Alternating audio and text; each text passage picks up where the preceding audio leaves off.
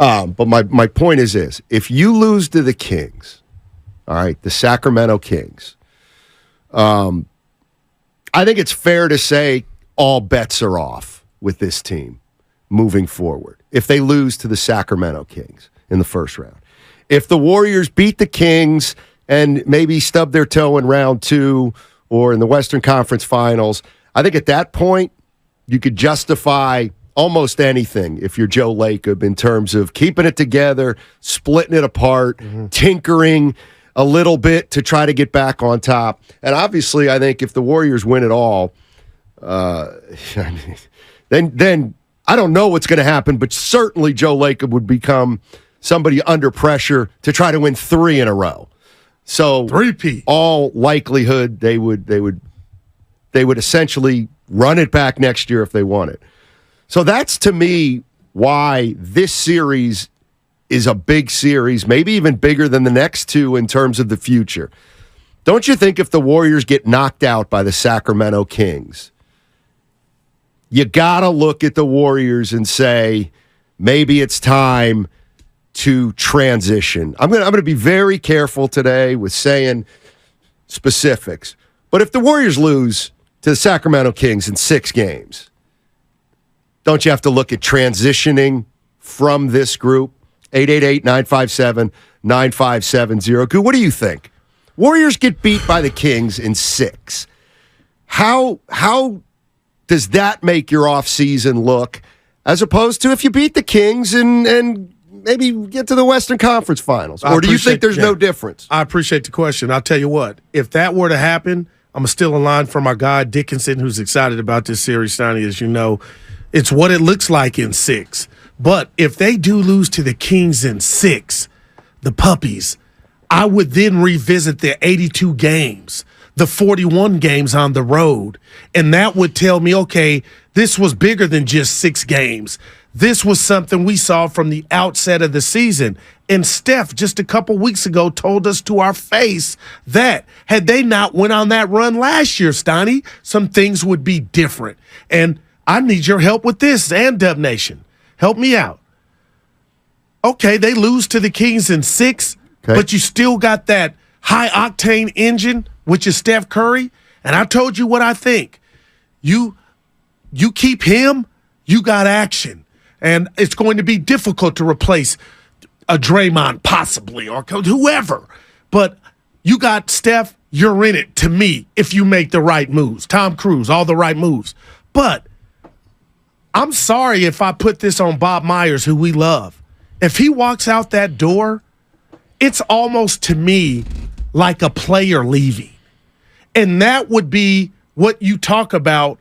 Some would be like, well, he doesn't have a jersey. He doesn't play on the court. I gave Bob a compliment. We just saw him standing next to Andrew Wiggins, sitting next to him in that presser when Wiggins came back. We talk about what he does with Draymond and how he can cool him off. We saw that live against the Pelicans. Steph told us what Bob means. So to me, that would be part of the transition that you speak of. So yes, because the 6-game series would tell you need to upgrade everywhere outside of Steph Curry. See, I got a million questions off a few things you said, and I'm just going to, rather than just try to make a point and play off it, I'm just going to try to have a conversation, and hopefully people will jump in, because I want to know what Warrior fans think about this too, is when you say, because I think this is important, do you view the big 3 as one entity, or because of the last couple years, is Steph in his own category? And what I mean by that, Goo, is if the Warriors get beat in the first round and you're of the mind that, well, as long as you have Steph Curry, you're going to be fine, that I go from point A to point B, and that means to me I could see Steph here without Dre or Clay. That's what that says to me. And I just want to make sure, the big 3 are kind of a package deal. Now, obviously, Curry's under contract for longer than Clay and Draymond right now. But when you say, if we lose in the first round, but we still have Steph Curry, we got action. I need you to be more specific about the other two guys under that scenario. This is this coming from the heart. The other two guys are headed to Springfield. That's already solidified. That's done. They are going to the NBA Hall of Fame. Yep. Okay.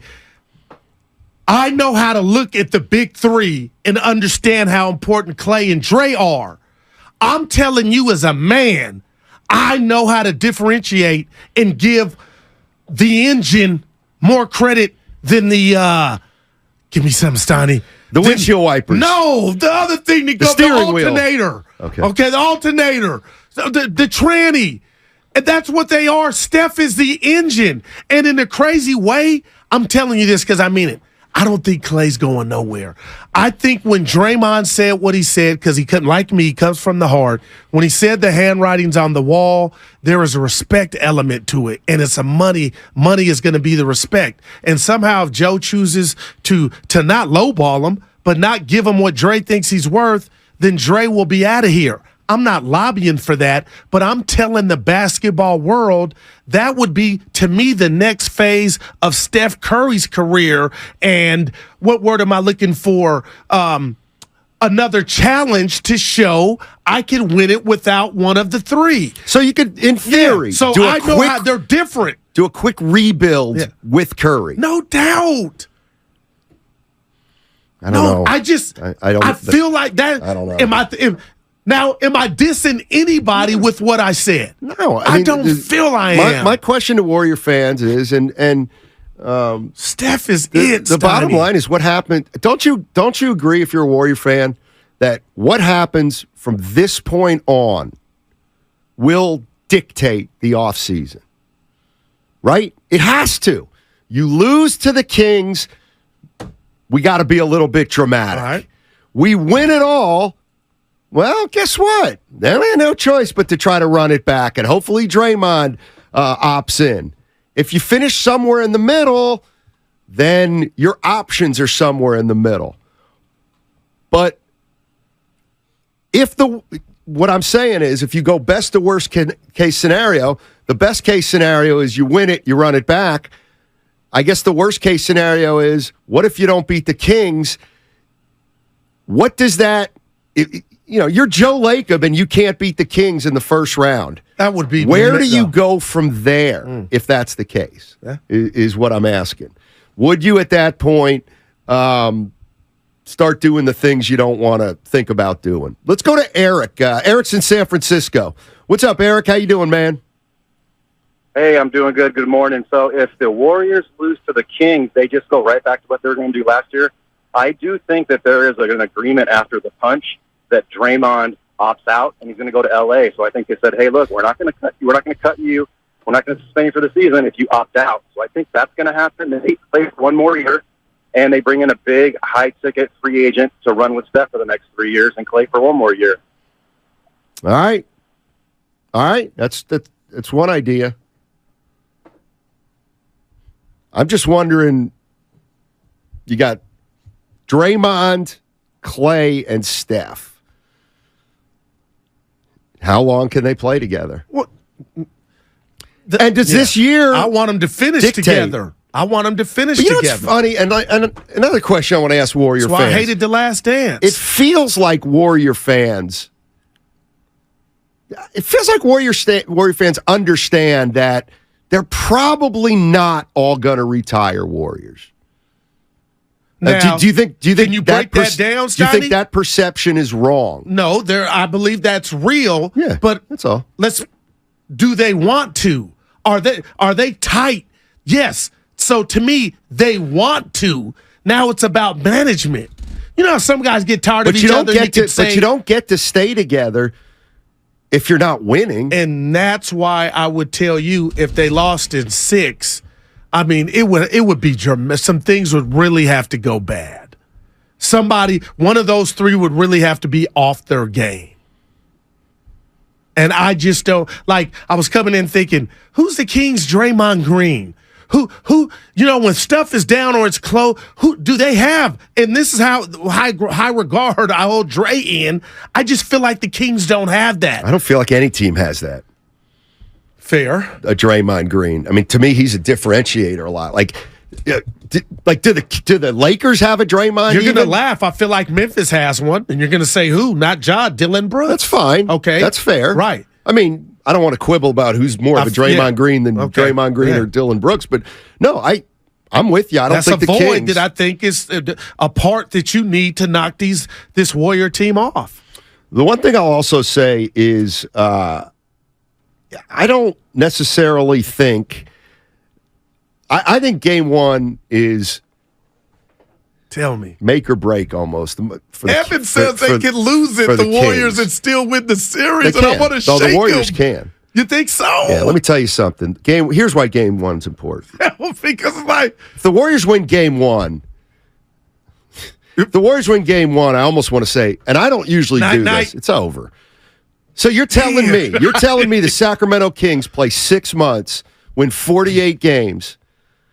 The Golden State Warriors play 82 games, win 44. Right. Guys in, guys out, guys in, guys out, guys having good years, guys having bad, and they play one game against the Kings and they have home court. If that happens, the Kings psychologically are going to be hit. If the Warriors go in there after going 11-30 in the regular season and win on Saturday, that's going to be a punch in the face. Now, you know me, I like to look at things both sides. If the Kings win game one, I think what we're going to start saying is Warriors can't win the series if they can't win a road game. If they can't win a road game, they cannot win the series. So if I'm the Kings, that's why game one's important. Even though there's only one game between games 1 and 2, to me, if I'm the Kings, I do not want the Warriors saying, oh, look at that. First road game we played on the road and we won the game. No doubt. So that's why I think game one is way more important to the Kings than to the Golden State Warriors. DK's in Alameda. What's up, DK? Hey, how you guys doing? Hey. I disagree with Steiny there. I think that if they lose to the Kings, then they'll be able to look back on this season and look at all the the injuries and the punch and maybe in the road record. But if we beat the Kings and then we lose to like the Lakers or the Grizzlies in the second round against AD and LeBron, sure, or the up and coming Grizzlies team. Then they'll be able to say, hey, maybe the big three isn't good enough. But if we lose to the Kings, then the blame, we'll be able to blame the bench, or we need to just add some things. We didn't have GP2 the whole year. We lost Otto Porter, who started the last 3 games of the finals last year. So I think it's opposite. If we lose in the second round against LeBron and AD, interesting. Then they'll be like, the big three maybe isn't good enough. But if we lose to the Kings, then we'll just be able to say, there was a punch, and okay, maybe we got to add something a little bit more. Maybe we got to add a postman for for offense. We got to do a little bit better on the road next year. There'll be things to correct. Mm-hmm. All right. Mm. That doesn't resonate with me, but shocker. I'm not. Well, it sounds to me like what he's saying is if the Warriors losing 6, the DK saying you could call it a fluke. Wiggins was out all year, Curry missed 20 games. We didn't get Peyton till we lost Peyton, then we got him back. So let's essentially come back and see if we can get better or do better. I don't know. Yeah, I don't like doing it because then people will say this is why I do it. But I would tend to believe that if the Warriors lose to the Kings, you got to start thinking about a transition. Okay, that's all I'm saying. And that transition theoretically could be people get more time, more responsibility, or deciding. You know what? Like I would consider a transition.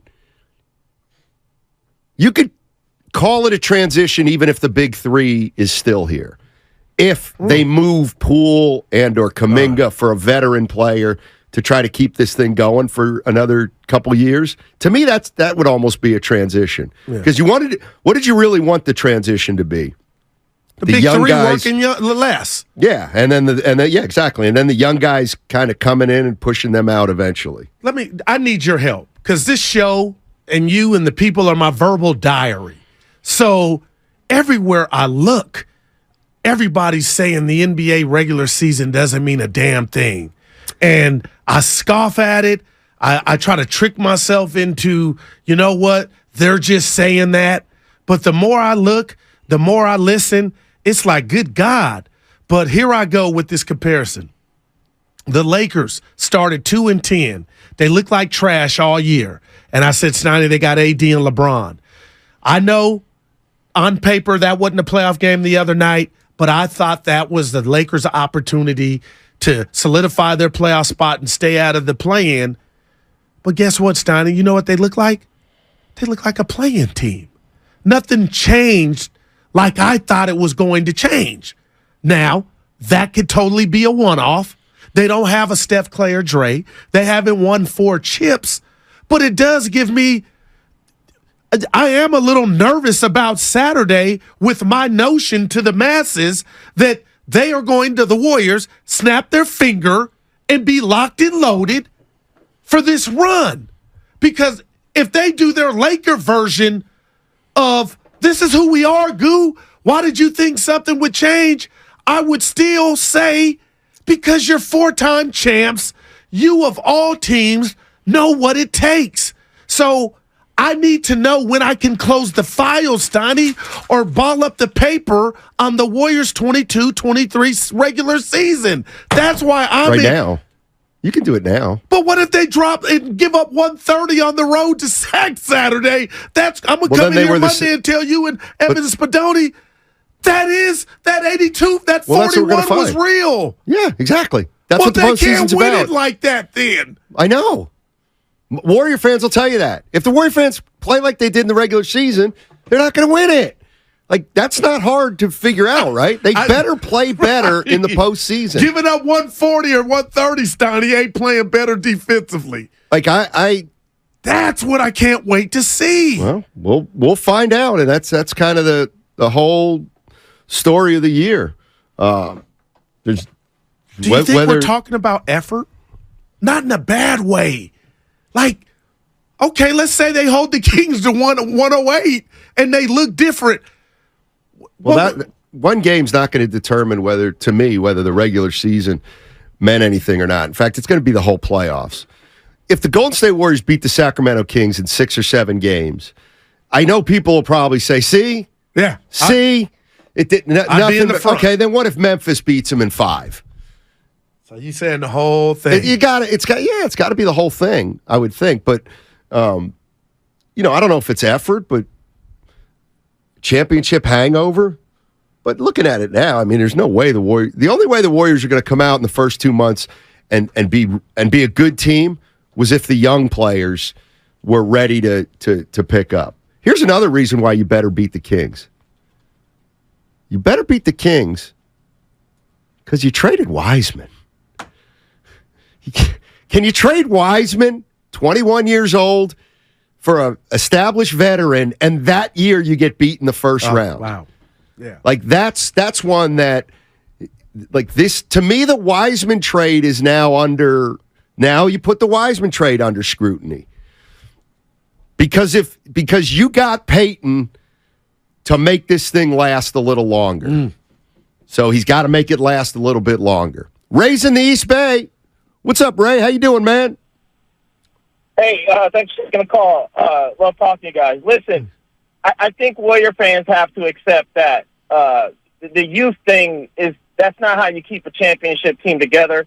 Win the first series, lose it, win the championship, whatever we do, we have to trade whatever pieces we can to keep the top 3 together and get as many veteran good players as we can. And when it's over, when they're losing, when they're 36, 38, 30, whatever, we'll transition to Detroit. That's what we're going to have to accept.